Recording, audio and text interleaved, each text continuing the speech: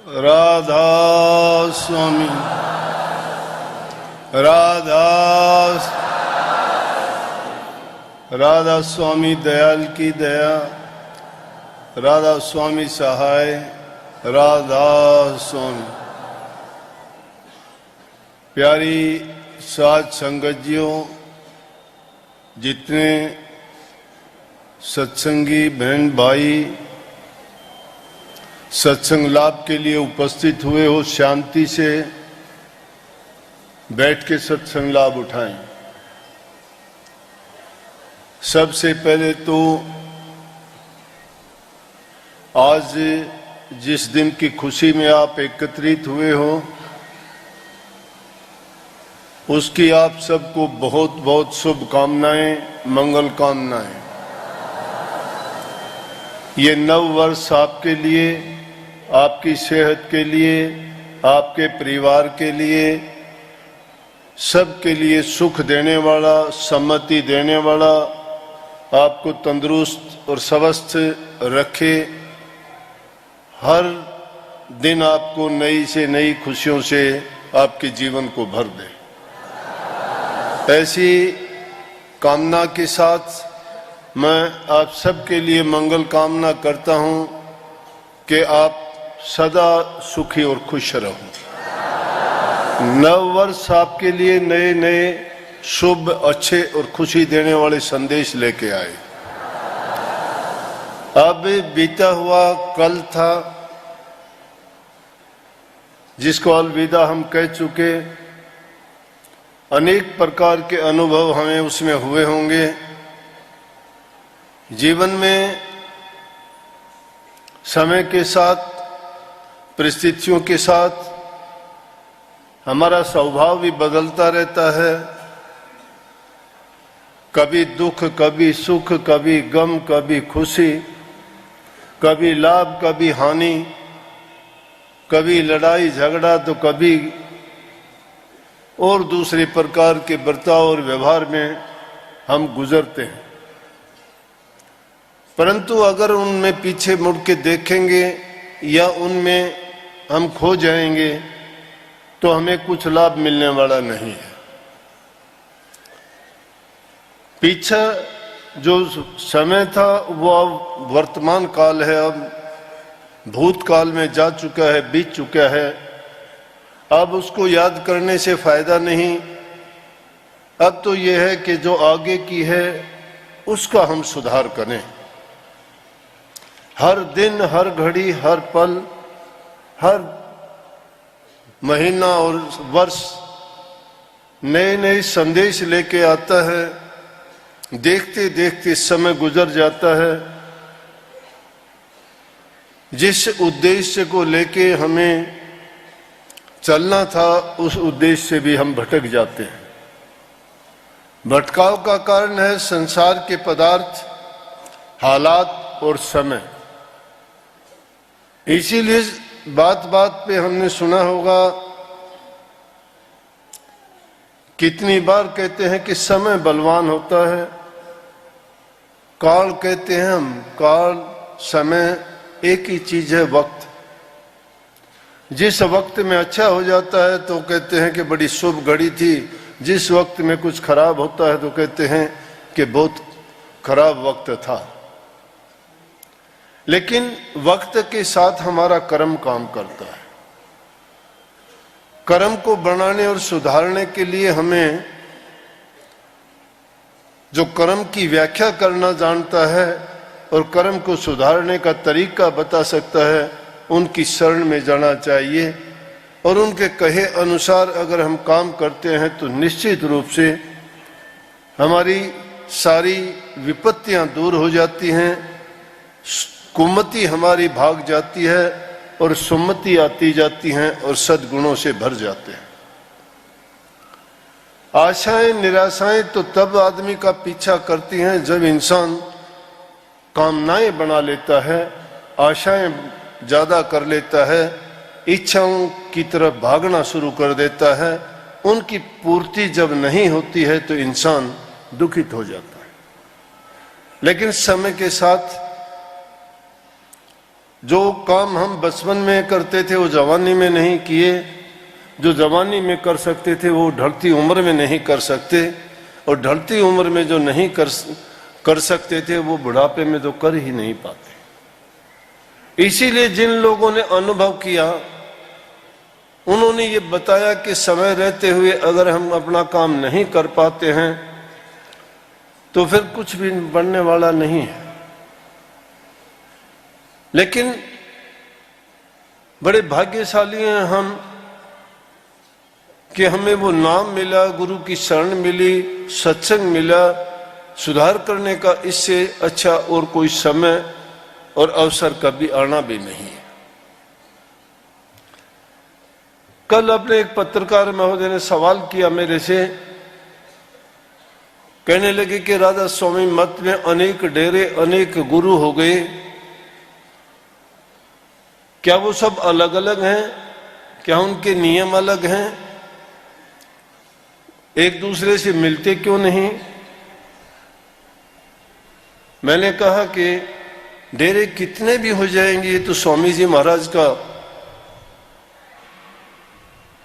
आशीर्वाद था। उन्होंने कहा था कि अनेकों गुरु आएंगे, राधा स्वामी मत इतना फैलेगा, पत्ते पत्ते में बोलेगा, और अनेकों गुरु जब तक नहीं होंगे तो कैसे फैलेगा?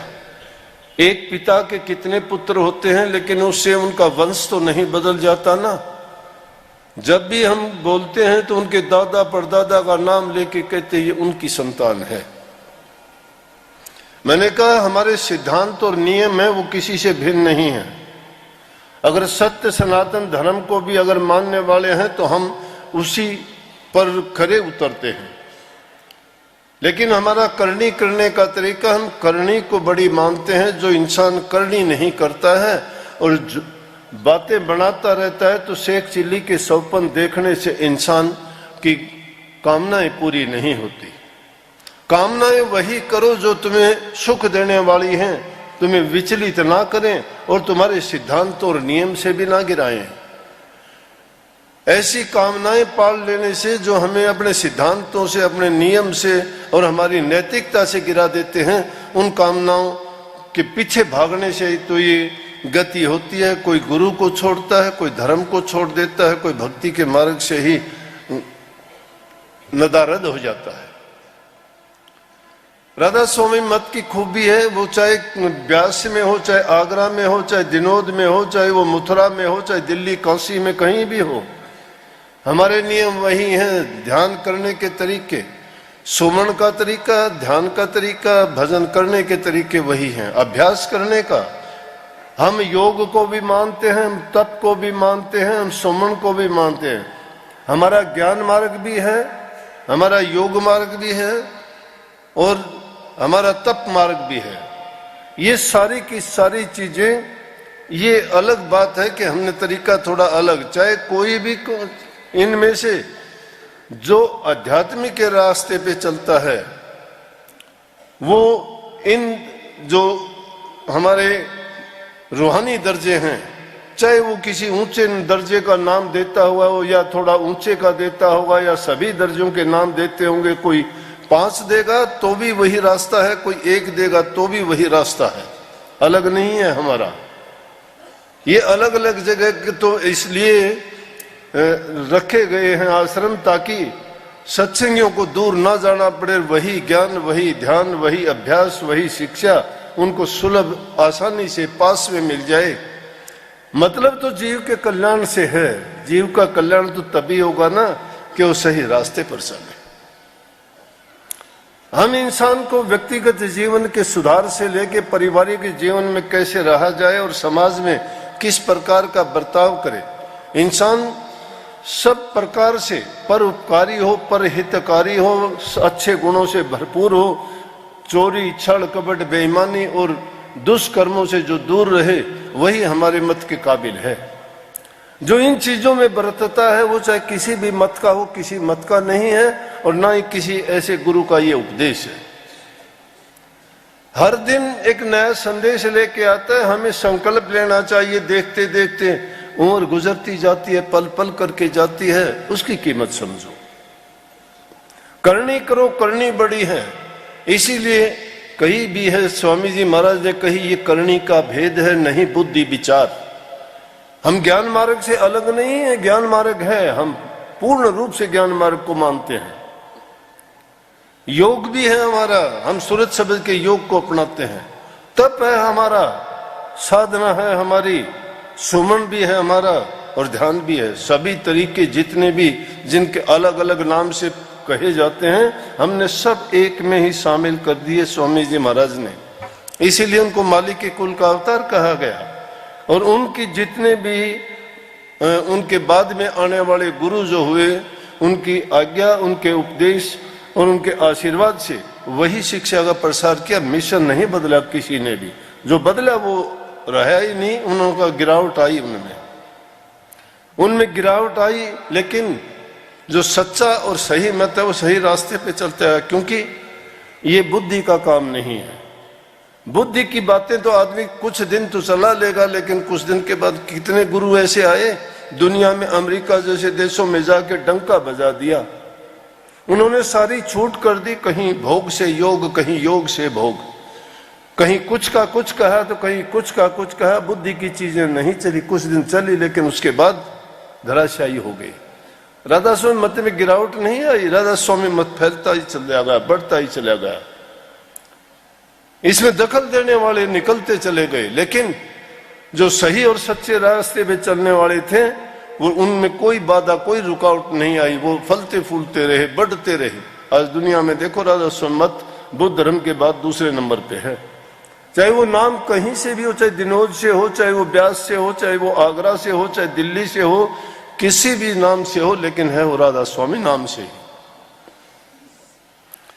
इसलिए सच्ची करनी जो करता है उसका मत फैलता चला जाता है। झूठ, कपट और चालाकी और छल कपट बेईमानियों से धर्म नहीं चलते, उनसे किसी न किसी प्रकार से गिरावट आई जाती है। लेकिन इसमें हम सेवा भाव से लेके सेवा भक्ति, प्रेम भक्ति, शब्द की भक्ति, गुरु भक्ति, सब का सब शुरुआत कहाँ से है? आदमी के खुद के चरित्र से है।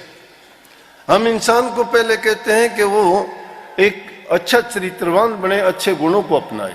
जो अच्छे गुणों को अपना लेता है वो अपने घर परिवार में भी वही प्रचार और प्रसार करेगा और उनके बच्चों के अंदर वही संस्कार भरे जाएंगे। जब बच्चों में वही संस्कार होंगे, आज देखते नहीं छोटे छोटे बच्चे आके भी कहते हैं जी मुझे नाम मिल जाएगा। हमें पता लग जाता है कि इनके घर में सत्संगी है, इनके माँ बाप भाई कोई ना कोई होगा, जरूर होगा।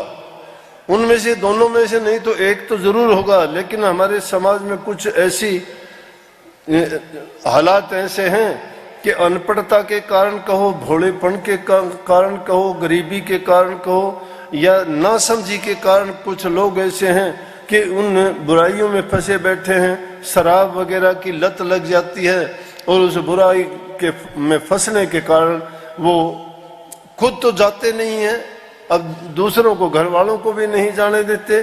क्यों? एक दूसरे के विरोधी हो जाते हैं। वो गलत रास्ते पे चलता है, वो अच्छे रास्ते पे चलना चाहते हैं, तो वो उनको भी मना करता है।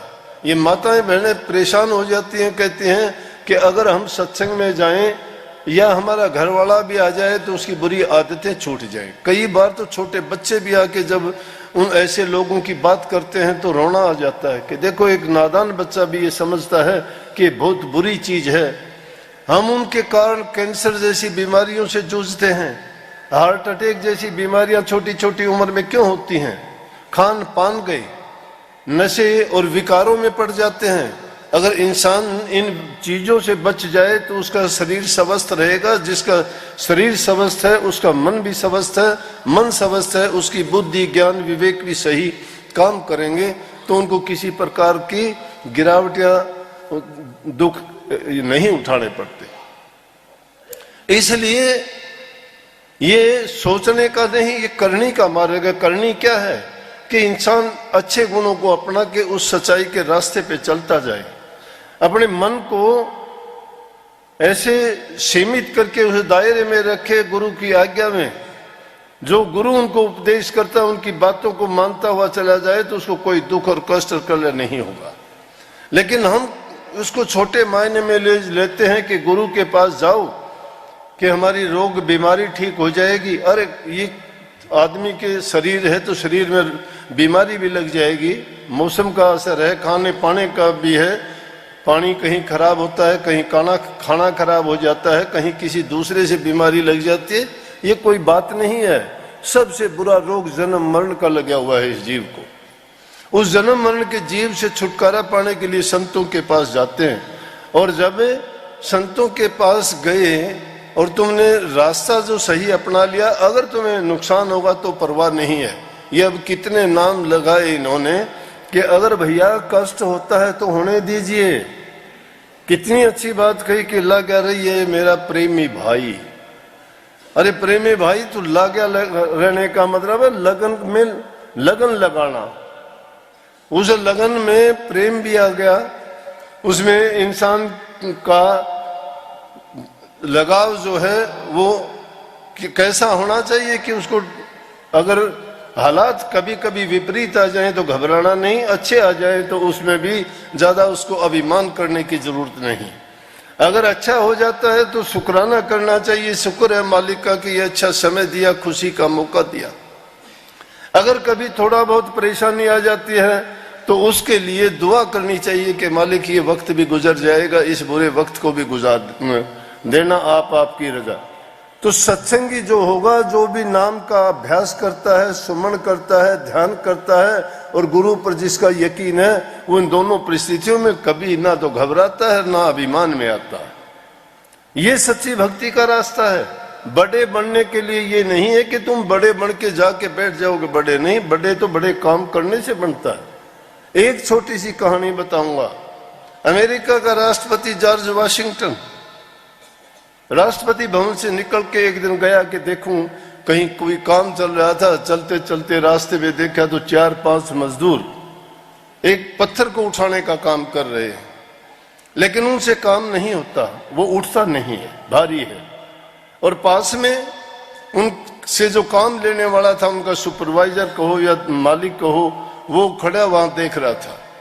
अगर वो भी उनके साथ लग जाता तो उस पत्थर को उठा लेते वो, लेकिन उसने उसमें उनकी मदद नहीं करी, वो देखता जाता है। जॉर्ज वाशिंगटन उनके पास गया और जाके वो कहने लगा कि आप इसको क्यों नहीं उठाते? बोला कि ये इनका काम है, मेरा काम नहीं है। खुद राष्ट्रपति जी उसके साथ लगे, जॉर्ज वाशिंगटन उनको पत्थर उठाने में लग गए और सब मिलके वो पत्थर जब उठा लिया और उठा के कहने लगे कि अगर आप मदद कर देते तो क्या होता है? बोला मैं इनसे काम लेने वाला हूं, मैं काम करने वाला नहीं। मैं इनसे काम लेता हूं, काम करवाता हूं। बोला कि जब ऐसे काम में बाधा आती है तो आपको करवा भी देना चाहिए, लेकिन कोई बात नहीं, अब तो इनका काम हो गया है और आगे से भी अगर कोई ऐसा काम हो ना तो अब राष्ट्रपति भवन में जाके जॉर्ज वाशिंगटन को याद कर लेना, फिर कोई काम ऐसे अड़े तो मैं करवाऊं। बड़पन की निशानी ये है। और वो आदमी ये बात सुन के हक्का बक्का रह गया कि ओह, इतने बड़े देश का राष्ट्रपति ये काम करता है, मैं एक छोटे से पद पे कुछ नहीं हूं और मेरे अंदर इतना अभिमान है। तो इंसान खुद आगे बढ़ के जो काम करना चाहता है तो दूसरे लोगों के लिए प्रेरणा स्रोत बनता है। बड़पन इस बात में नहीं कि हम बैठ के तमाशा देखें। बड़पन इंसान का जब बनता है कि उन सब लोगों को साथ मिलके रहे जो इन इंसानों में, गरीब में, अमीर में, छोटे में, बड़े में, सब में वो रूह जो काम करती है वो मालिक की अंश है। ये सभी परमात्मा की संतान हैं, उनमें ये भेद नहीं करना चाहिए। और संतों ने, फकीरों ने तो ये उदाहरण पेश किए कि बड़े बड़े राजा बादशाह अपने राजकाज को ठोकर मार के और इसे भक्ति के मार्ग पर चले तो उन्होंने ये परवाह ही नहीं की कि कौन क्या कहता है, कौन क्या करता है। उनको ये नहीं थी, कहीं रंका बंका का नाम लिया, कहीं नामदेव का नाम लिया, कहीं सैन भगत का नाम लिया, कहीं बलख बुखारे का बादशाह का नाम लिया। इन सब के नाम ये एग्जाम्पल ऐसे थे कि जिन्होंने अपने जीवन में ऐसे काम करके दिखाए, सिद्ध करके दिखाया कि देखो लगन लगाने से हर समस्या हल हो सकती है, हर बड़े से बड़े काम को हम आसानी से कर सकते हैं। जीवन में ये सिर्फ इतना ही जीवन नहीं है कि खाए पिए ऐश करा सोए उठे जग लिए। इससे पहले भी शब्द ऐसा ही था कि इस जीवन ये बीती जा रही है, बीता जा रहा है, पता ही नहीं चलता कब समय निकल गया हाथ से। बाड़ू की मुट्ठी अगर भर लेते हो और एक एक कण कण करके खिसक के निकल जाता है, मुट्ठी कब खाली हो जाती है पता नहीं। पता लगता है जब तक हालात ये हो जाते हैं कि हम सब कुछ खो चुके होते हैं। जीवन का यही मतलब नहीं है कि हम जिस हालात में हैं हमें सब चीजों की हमें जो जरूरत है वो हमारे पास है, मौजूद हैं और उनका आनंद हम लेते हैं। लेकिन ये आनंद कितने दिन तक आएगा?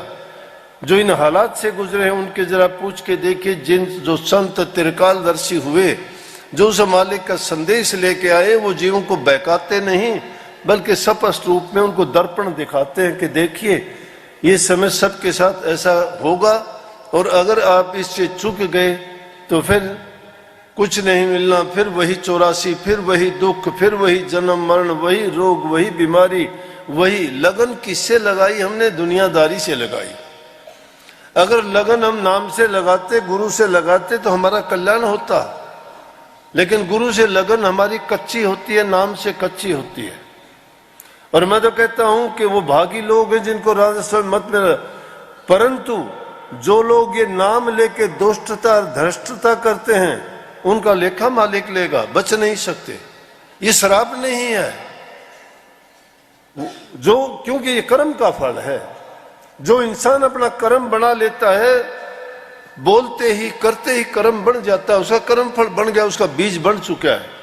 तुम चाहे लाख गुरु को कहो, लाख हो किसी और को कहो, वो कर्म तो उसका बन चुका है, उसका फल बनेगा, वो उसको भोगना ही पड़ेगा। तरीका एक ही है बचने का कि इंसान नेकी करे, भलाई के काम करेगा तो आदमी बच सकता है। इसके अंदर आदमी के अंदर धैर्य होना चाहिए, लगन सच्ची होनी चाहिए। जो धैर्य रखता है और लगन उसकी पक्की और सच्ची है तो कोई भी बाधा उसका रास्ता नहीं रोक सकती, उसको रास्ता देती हैं वो। हालात उसके जो विपरीत होते हैं वो भी उसके मददगार और सहायक बन जाते हैं। लेकिन हमारा सोच सकारात्मक होनी चाहिए। जो इंसान पहले से ही सोच लेता है कि मैं ऐसा नहीं कर पाऊंगा, ये ऐसा नहीं हो पाएगा, तो वो गलत है। हम सही सोच इसलिए बताते हैं कि वो नाम ताकत देता है, उस नाम में बड़ी शक्ति है। अरे नाम लेने से तो पत्थरों को भी तिरना पड़ गया था। जब राम से तुम बनाने लगे थे लंका तक पहुंचने के लिए, राम का नाम ही तो लिख लिख के पत्थरों को तरा दिया था। जो नाम पत्थरों को तरा सकता है तो जिंदा इंसानों को क्यों नहीं तरा देगा? लेकिन ये बात जानते भी हैं, समझते भी हैं, फिर भी हम वो काम क्यों नहीं करते? क्योंकि हमारा मन बड़ा चंचल है, मानता नहीं है, इसको समझाने से भी नहीं मानता है। ये इंद्रियों के द्वारों पर बैठ के अपनी मनचाही बातें करता है, कभी किसी रस में कभी किसी रस में डूबा रहता है। और वो रस कितनी देर के लिए आनंद देते हैं? चंद क्षण के लिए, कुछ ही मिनटों के लिए हैं। वो काम भी हमारे क्या आएंगे?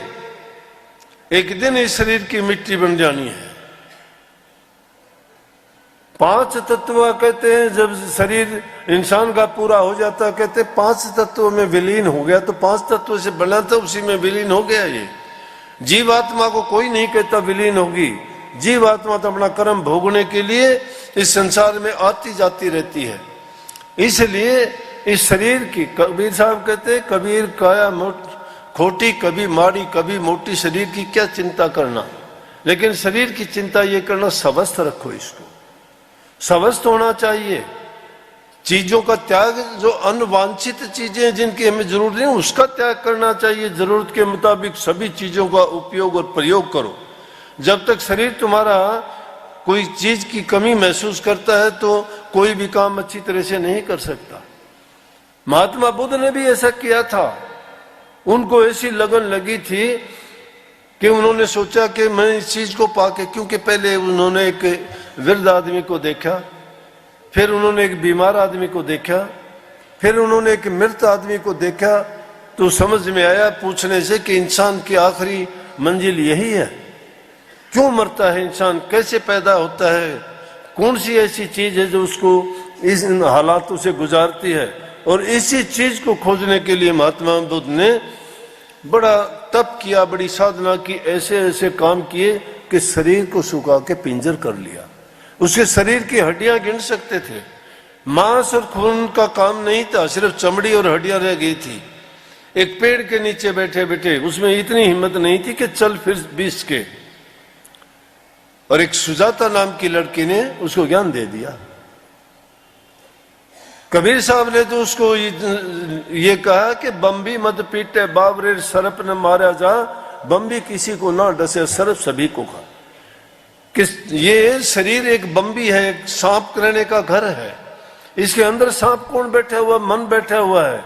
मन को तो सुधारते नहीं हो, शरीर को साथ तुम धींगा मस्ती करते हो, इसको खाना छोड़ देते हो, पीना छोड़ देते हो, या अग्नि के बीच में तपाते हो, जल में खड़े हो जाते हो। शरीर ने क्या दोष किया है? उसी महात्मा बुद्ध ने उन चीजों को और उसकी बात को मान के और अपने जीवन में आगे ये सोचना पड़ा और कहना पड़ा कि हाँ, ये मेरी गलती थी कि मैंने अपने शरीर को इस प्रकार से दुख दिया, कष्ट दिया। त्याग जरूरत के मुताबिक त्याग होना चाहिए। ये नहीं कि हम अपने आप को ही जब रोगग्रस्त कर देंगे, कमजोर और दुर्बल कर देंगे, निर्बल और असहाय कर देंगे, दूसरे का सहारा तकेंगे, क्या करेगा ये? जरूरत के मुताबिक जो शरीर की चीजें हैं शरीर को दो, लेकिन इसके अंदर जो मन है, मन के कहे पर उसकी चाल को उसको करो, उसकी निरख परख रखो। वो हमें भटकाता है और कहने से मानता भी नहीं है, समझाने से। इसलिए गुरु की जरूरत यहां पड़ती है। उस मन को, मन से ताकतवर हमारा गुरु है। गुरु के अधीन कर दीजिए मन को। गुरु के अधीन करते हैं। परंपरा बनी हुई है कि गुरु को तन भी दे दिया, मन भी दे दिया, धन भी दे दिया। कहने को तो सब कुछ दे दिया, देता कोई कुछ नहीं है। तन मन अगर गुरु को दे दिया, तुम्हारे पास रहा क्या? आस्था और विश्वास रहना चाहिए, तुम्हारी श्रद्धा और यकीन होना चाहिए। ये सारी चीजें दे के भी तुम्हारा यकीन अगर दृढ़ है, श्रद्धा तुम्हारी दृढ़ है, विश्वास तुम्हारा पक्का है, तो समझो तुमने दे दिया। देते कहाँ हो? कहने के लिए तो कहते हो, लेकिन देते कुछ नहीं। क्यों नहीं देते? अपने मन की बात करते हो। राजस्व मत में कहा कि 2 प्रकार के लोग होते, एक मनमुख होते, गुरुमुख होते। गुरुमुख जो वो होता है जो गुरु की बात को मानता है। कबीर साहब जैसे संतों ने भी कही है कि उस गुरुमुखता का भी नमूना ये है कि उल्टे सीधे वचन को शिष्य नहीं मानने दुख कहे, कबीर संसार में शोक करिए गुरुमुख। अगर गुरु तुम्हें कहता है कि उल्टी बात भी कहता है तो समझ लो कि तुम्हारा हित करता है। अगर जैसे भी हमारे लिए बात कही गई है, गुरु जानता है कि उसमें हमारा हित किस प्रकार से है।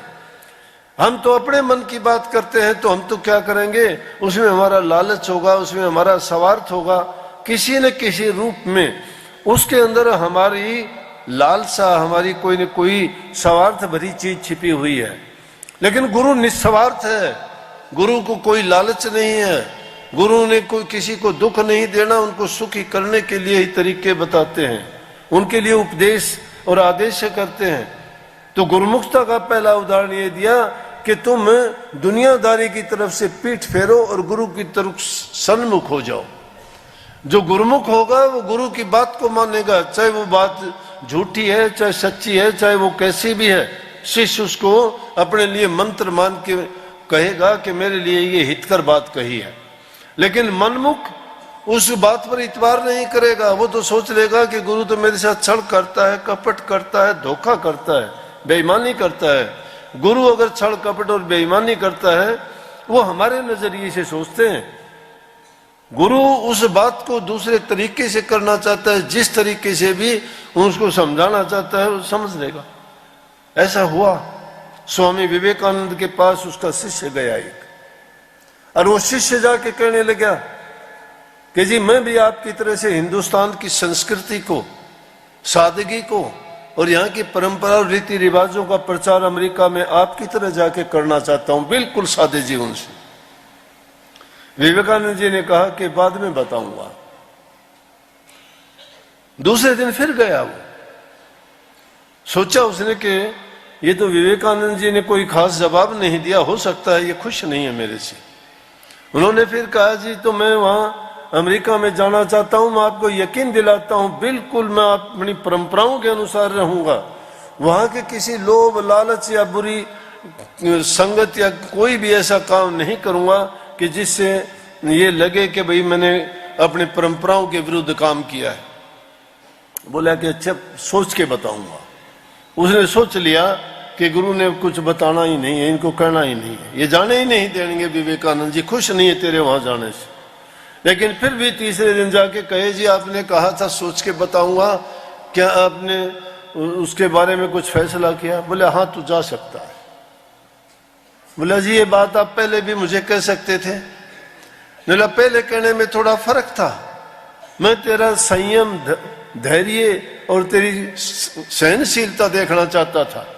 अगर तू तावड़ा हो जाता और कहता तो कुछ ना कुछ तू उसमें बोल देता तो मुझे यकीन हो जाता कि ये सही नहीं है।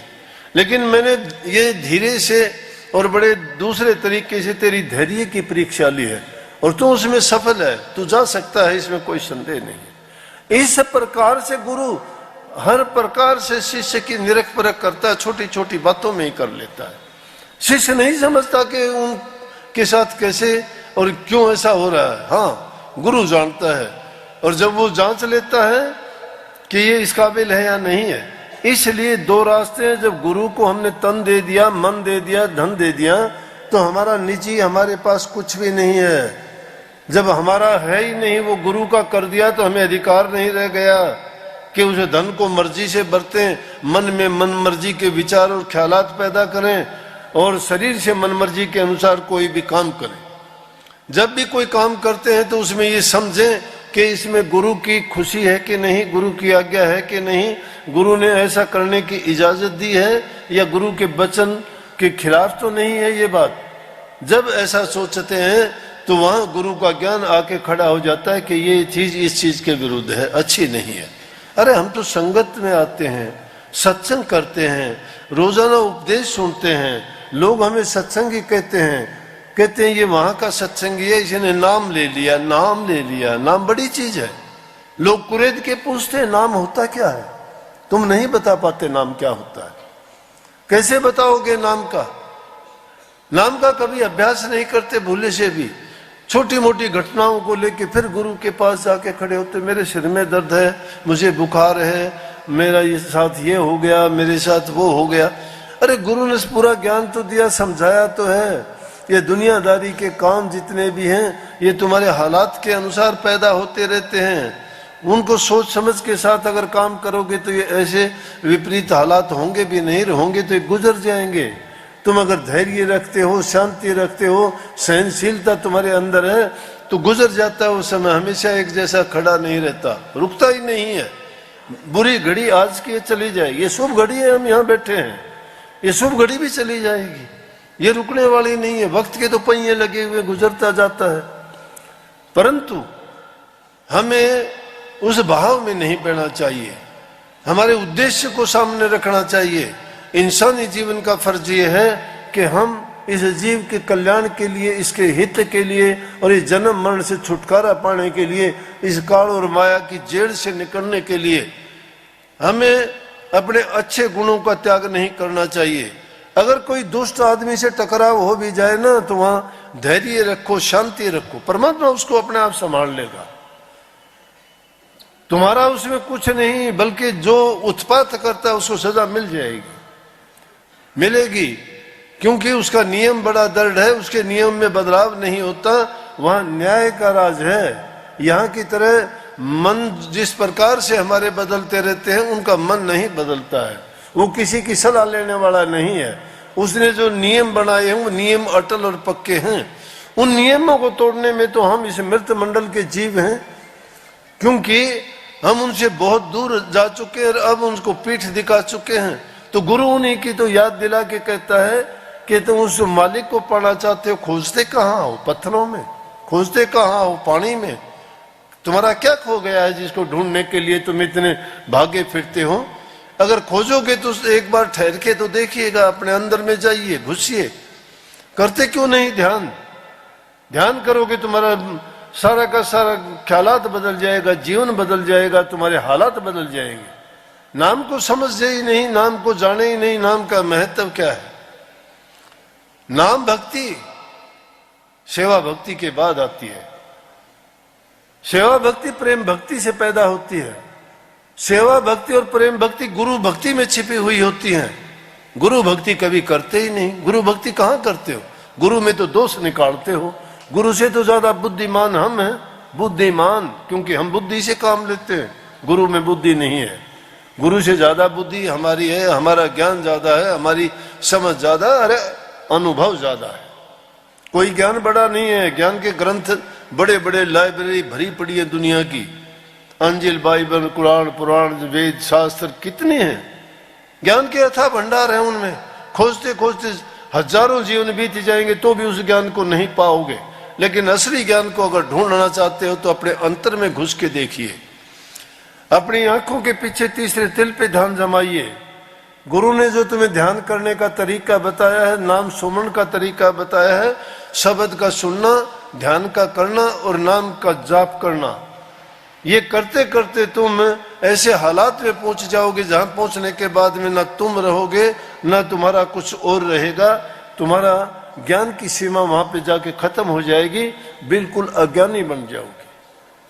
उस ऐसी खाली जगह में पहुंच जाओगे जहां सोच भी नहीं रहेगी और वहां सिर्फ तुम्हें एक ही अनुभव होगा, आनंद का अनुभव होगा, और उसके बाद बोलने का, करने का, सुनने की कोई बात भी नहीं रहेगी। वो है हमारा आद घर, निज देश, निज ठिकाना, जिसमें पहुंचने के बाद में हमारे ये सारे की सारी बातें जो विचलित करती चली जाती है। लेकिन जब सूरत देह में आती है तो इन चीजों का बोध होता है, और जब ये उलट के ऊपर को जब चली जाती है तो उसकी हालात ये है।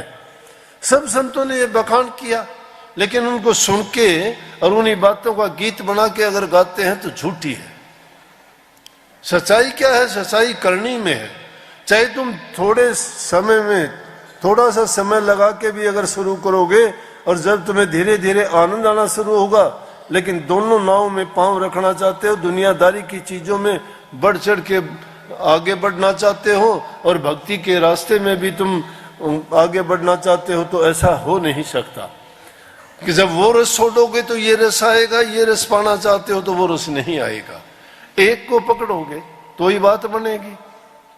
कीड़ी को कहीं से दाल मिल गई, दाल को लेके चली, आगे जाके जो उसको चावल दिखाई दे गया, वो चावल को भी उठाने लगी। अब चावल को उठाती है, दाल छूट जाती है, दाल को उठाती है तो चावल छूट जाता है। अंत में फैसला यही हुआ कि वो चावल को ही लेके चली गई, दाल को छोड़ दिया। भक्ति का तो सीधा रास्ता यही है। अगर संसार को चाहते हो तो भक्ति छूट जाएगी, अगर भक्ति के रास्ते पर चलना चाहते हो तो संसार छूट जाएगा।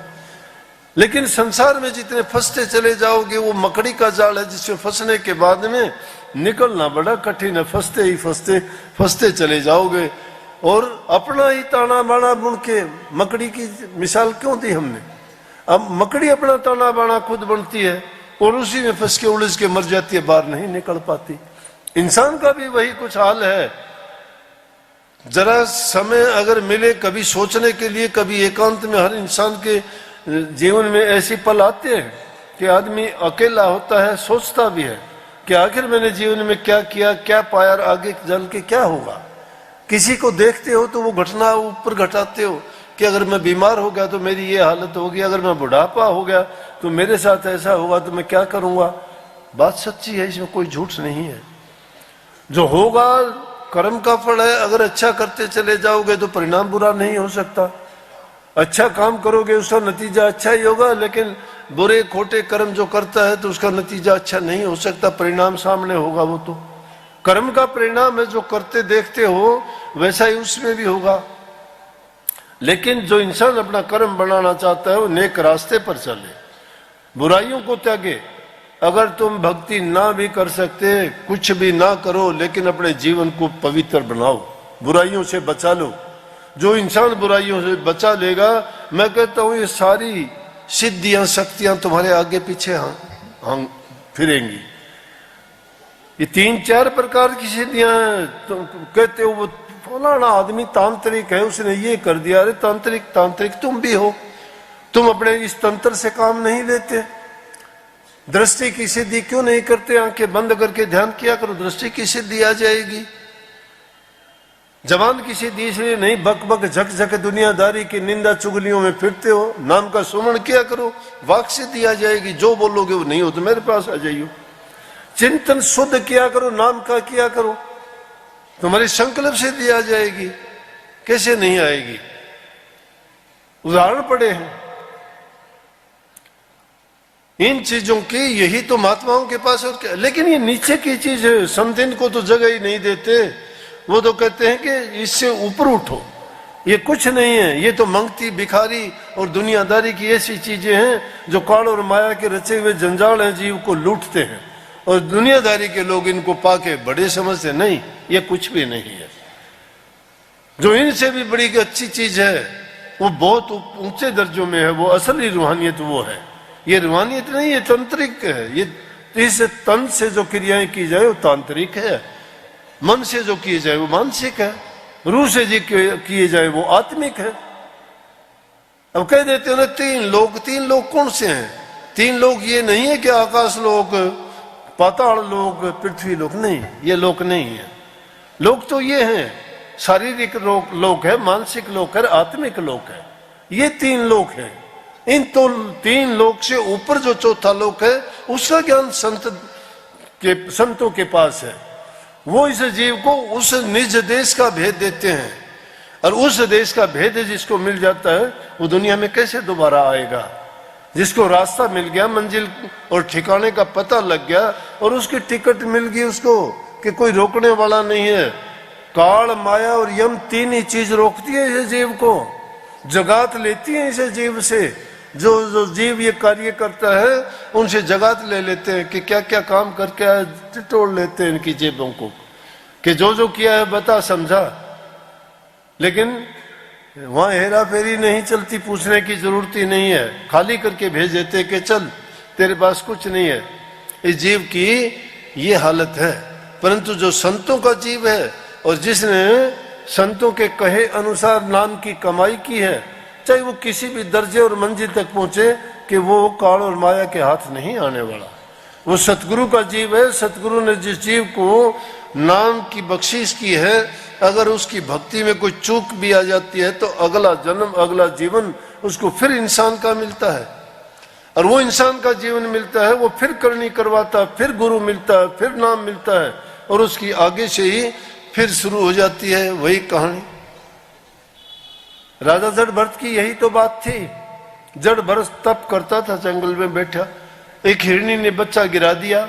जैसे भी कोई शिकारी पीछे था, भागी, भागने से बच्चा गिर गया, वो तो भागी, लेकिन बच्चे को देख के राजा जड़ भरत को तप करते हुए देखा कि बच्चा बेचारा, इसकी मां गई उसको लेके पालने लग गया।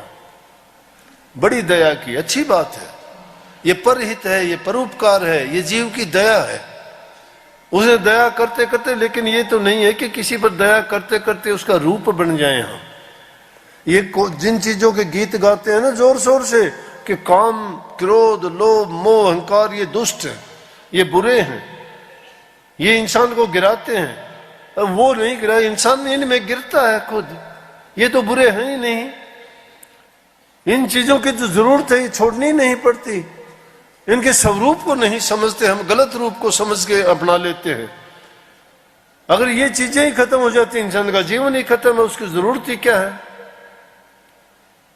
दया प्रेम जिसके के हृदय में नहीं है, उसकी क्या भक्ति है फिर? राजा जड़ भरत ने दया की, लेकिन दया क्या की, अपना काम छोड़ दिया। उस बच्चे को पालने लग गया, कभी दूध पिलाता, कभी पानी पिलाता, कभी घास डालता, देखता कि अभी वो क्या करता है, ध्यान करना छोड़ दिया। तप गया उसका, तप यही हो गया, उस बच्चे की साधना करने लग गया। और कहते हैं कि अगला जन्म उसको हिरण का मिला, लेकिन तप भंग हो गया था उसका बीच में। हिरण का जन्म जरूर मिल गया, लेकिन वो हिरणों जैसे गुण नहीं थे। दूसरे हिरण जहां जाते थे उनके साथ नहीं बैठता, अलग से बैठता था। फिर उसको अगला जन्म इंसान का मिला, फिर उसने तप किया, फिर भक्ति की, और फिर उसका कल्याण हुआ। इसीलिए संतों का चेताया हुआ जीव भी अगर वो किसी कारणवश रास्ते में कोई रुकावट बाधा आ जाती है और वो मंजिल को नहीं पाता है तो अगला जन्म उसको सतगुरु इंसान का ही देगा। और जिनके खोटे मंदे कर्म है, जिसने जैसे कर्म किए तो अलग अलग गिरावट की योनियों में जाएगा। कोई बुरे से बुरी योनि मिलेंगी जैसे कर्म किए जाते हैं, जैसी इंसान की भावना होती है, जैसे मरते वक्त उसके ख्याल और विचार होते हैं। और मरते वक्त इस जीव के ख्याल और विचार वही होंगे जो जीवन में किया है। जिसने अभ्यास किया नाम का उसको नाम याद रहेगा। अभी कनाडा का जिक्र है, एक अपना सत्संगी था, कैंसर हो गया उसको। नाम उसने ले रखा था, लेकिन नाम लेने के बाद इतना सत्संग में तो रुचि पहले नहीं थी, लेकिन आदमी को दुख याद दिलाता है। जब दुख आते हैं ना इंसान में, फिर उसको गुरु की भी याद आती है, भक्ति की भी याद आती है, परमात्मा की भी याद आती है, अपने कर्म की भी याद आती है कि मैंने ये कर्म किए थे। स्वामी जी महाराज ने लिखा भी है कि जब इंसान में दुख पड़ता है फिर याद करता है, दुखों से डर के कुछ कुछ लगता, गए दुख वो ही तुरंत फड़कता, गुरु को ऊपर ऊपर गाता, गुरु को दिल भीतर नहीं लाता। गुरु गुरु जबान से करते हो, मन में नहीं लाते, मन में ऐब छिपाते हो। गुरु का तो ढक्कन लगा लिया तुमने, ऊपर छाप लगा ली मैं गुरु का हूं, लेकिन हृदय में परिवर्तन नहीं आया, विचारों में बदलाव नहीं आया, जीवन वहां का वहीं खड़ा हुआ है। लालसाएं वही हैं, विचार और ख्यालात वही हैं, हमने बदलाव नहीं लाए। गुरु के पास गए तो बदल जाना चाहिए था, बदल जाना ही अपने आप को सुधार लेना है। और फिर भी संसार की चीजों में विचारों में हम घिसटते पिसटते फिरते हैं तो फिर सुधार की गुंजाइश कहाँ होगी। तो वो सत्संगी कैंसर हो गया उसको, जबड़े में जबड़ा निकाल दिया डॉक्टरों ने। 1 डेढ़ 2 महीने कहने लगे दोबारा चेक करेंगे, चेक किया, साल के करीब निकल गया, खाना पीना बंद, बोलना बंद, उसको पाइप से थोड़ा बहुत लिक्विड देते थे। लेकिन उस दौरान में क्या हुआ, उसको याद आ गई कि तूने नाम लिया था। अब बोलना किसी से है नहीं, कोई किसी से बात नहीं कर सकता, उसने नाम का स्मरण किया। सत्संग सुबह से लेकर शाम तक सत्संग सुनता, किसी से बात करता ही नहीं। जब जीव फंस जाता है जब तो करता है, दुख याद दिलाता है उसको, बड़े सत्संग सुने। आखिर में डॉक्टर बोले कि एक बार ऑपरेशन फिर करेंगे। वो करने लगे अब मेरी हिम्मत नहीं है, मैं ना कोई ऑपरेशन करवाऊंगा ना कोई दवा लूंगा, अब तो मैं चाहता हूं कि मेरा जीवन ही पूरा हो जाए, चाहे डॉक्टर मुझे इंजेक्शन लगा दे। और उन्होंने शायद ऐसी कोशिश की कि डॉक्टर को कह भी दिया कि उन देशों में ये होगा शायद, मुझे नहीं पता, लेकिन मुझे कुछ ऐसा लगा कि कहने लगे कल को डॉक्टर आएगा और वो तेरे को देखेगा। लेकिन उसने क्या किया, पहले दिन घर वालों को सबको बुला के सारी अच्छी बात की। देखो कमाल सत्संगी की बात बताता हूं, रोग बीमारी अलग चीज है। सबको सारी बात करने के बाद में बोला कि देखो अब मेरा टाइम आ गया, मैं जाऊंगा, मुझे अब ज्यादा कुछ कहने की भी जरूरत नहीं है और ना मैं कोई इलाज दवाई कुछ नहीं लूंगा। अगले ही दिन सुबह नहा धो के और सत्संग लगा के बैठ गया। उधर डॉक्टर का आने का टाइम हुआ, आधा घंटा सत्संग सुना, डॉक्टर आके देखता है तो वो नहीं है शरीर में, पूरा हो गया उसका काम। जो काम सारी जिंदगी हम नहीं कर सकते उसे 1-2 महीने में कर लिया। किसने करवा दिया? दुख ने। जब दुख पड़ता है तो ही समझते हो लातों के भूत हैं हम, डंडे के गधे हैं, उससे पिटे बिना नहीं मानते।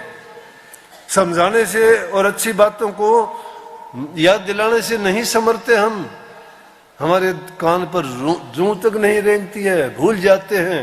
ये बातें कहने की नहीं, अपनाने की हैं, अपने आप को चेताने की हैं, अपने जीवन में उतारने के लिए हैं। अगर जीवन को संवारना और बढ़ाना चाहते हो, जीवन तो जीव जंतु पशु पक्षी कुत्ते सूअर भी जीते हैं, सांप गधे घोड़े भी अपनी योनि को पूरी करते हैं। हमारा दर्जा बहुत ऊंचा है, जिसके लिए देवता भी तरसते हैं कि हमें इंसान बना दो एक बार। लेकिन इंसान बनने के बाद हम क्या बनना चाहते हैं? क्या बनना चाहते हैं? ऊपर नहीं उठना चाहते, गिरावट की ओर जाना चाहते हैं। इसीलिए संतों ने ये मार्ग दिखाया हमें कि इसे जीवन के रहते हुए नेक काम करो, अपने जीवन को बनाओ, दूसरे लोगों को, किसी को परेशान ना करो, दुख ना दो किसी को कोई पीड़ा ना दो, रहम करो, दया करो, प्रेम करो, किसी की कर सकते हो तो सहायता करो, खोटे बीज मत बो, नहीं तो काटने बड़े मुश्किल हो जाएंगे, बड़ा पछताना पड़ेगा, दूसरों को नहीं बता सकोगे, अंतर से तुम्हारा मन रोएगा। ऐसी करनी कर चलो, तुम हंसो जग रोए। भले और नेक काम करो जब तक जिंदगी है, किसी के सहायक और मददगार बनो, प्रेम के बीज बो, प्रेम की भाषा बोलो, मीठी बाणी बोलो, माँ बाप को दुख कष्ट ना दो। अच्छा बोलने में, अच्छा बर्ताव करने में जो आनंद आता है वो पाप कर्म में नहीं है। पापी इंसान तो डरता रहता है 24 घंटे, भय, उसको नींद नहीं, उसको चैन नहीं, उसको सुख नहीं, उसको आराम नहीं, उसके दिल से उधेड़-बुन कभी खत्म नहीं होती। लेकिन शांत स्वभाव का आदमी जो दूसरे का हित करता है, दूसरे पर दया करता है, प्रेम से जो बात करता है, दूसरे का दिल जीत लेता है, दूसरे को सुख दे के तुम्हें खुशी मिलती है। अमन और चैन का रास्ता यही है। जो जीते जी सुखी है वो सुखी रहेगा, जो जीते जी बेचैन फिरता है वो बाद में सुखी कैसे हो जाएगा। किसी की ताकत नहीं कि उसके बाद में सुखी कर दे। इन अच्छे गुणों को अपने हृदय में भरो, तुम्हारे लिए संसार स्वर्ग अभी बन जाएगा। लेकिन हम रात दिन उल्टे सीधे कामों में तो लगे रहते हैं, अच्छी बात सिखाने से भी नहीं सीखते। तो भाई नए साल में आप ये संकल्प लेके जाइए अपने मन में दर्द कि जो बीत चुकी गलतियां हो गई वो हो गई। संकोच ना करो, गलतियां हो गई तो स्पष्ट कर दो, दिल को साफ कर लो। हृदय की स्लेट से उन अक्षरों को मिटा दीजिए जो तुमने काले अक्षर लिख डाले थे, उनको हटा के और कहो कि अब हम वो अक्षर लिखेंगे कि जिसके कारण वो अमिट हो जाए और जिससे हमें खुशबू, सुखी और आनंद की बू आए। ये संकल्प मन में करें कि हम ध्यान अभ्यास जरूर करेंगे, चाहे 10 मिनट करो आप। अगर वो भी नहीं कर सकते तो इतना जरूर करें कि हमें कितना भी कष्ट हो, हम किसी को, दूसरे को कष्ट नहीं देंगे। वाणी से किसी को बुरा नहीं बोलेंगे, मीठा बोलेंगे।